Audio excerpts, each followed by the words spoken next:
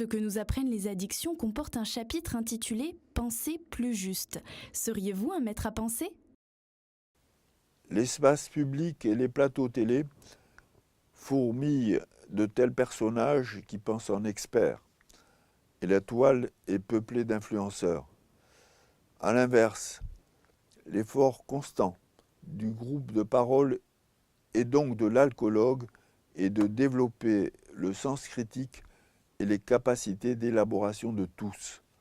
Chacun reste libre de ses opinions, il peut tout autant les nuancer ou en changer.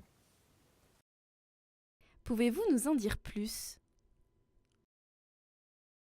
En alcoolologie, un piège à éviter est de s'attarder abusivement sur le cher disparu. Il faut cependant accepter de mettre à disposition un cadre collectif pour évoquer la période alcool avec les comportements et les déboires associés, et bien évidemment celle du sans-alcool tant que l'alcool reste un problème.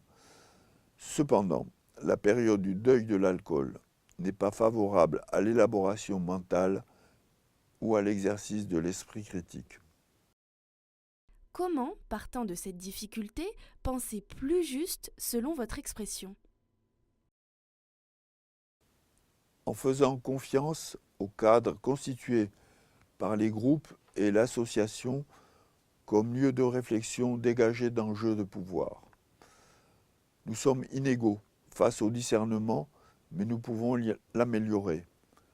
Nous incitons à la réserve devant les amalgames et les généralisations.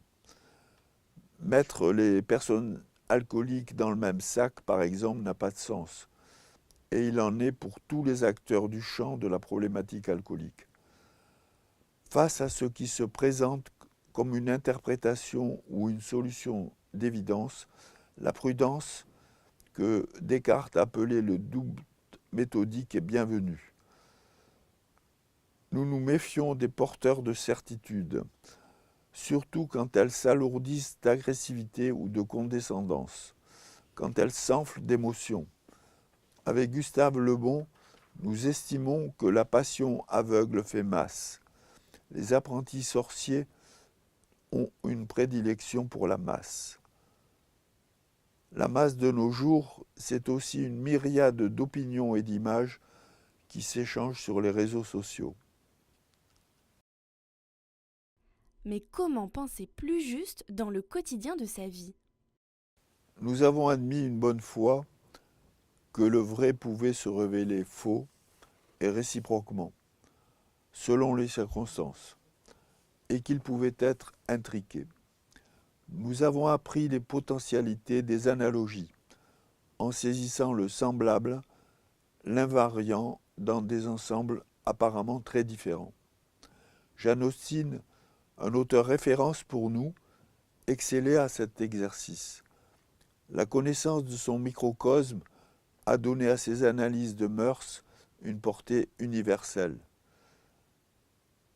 Nous faisons constamment vivre des hors-sujets et des paradoxes dans notre pratique de tous les jours. Tous les chemins permettent de sortir de Rome et d'y retourner. La réflexion aboutit à deux possibilités, relativiser ou trancher, tout en acceptant à temps ses erreurs, attitude que nous appelons l'autocritique constructive. Vous avez fait preuve de concision. D'autres suggestions ?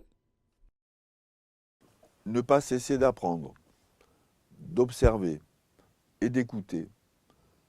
Choisir ses lectures et ses films, mais également ses relations, accepter l'imprévu, s'entraîner.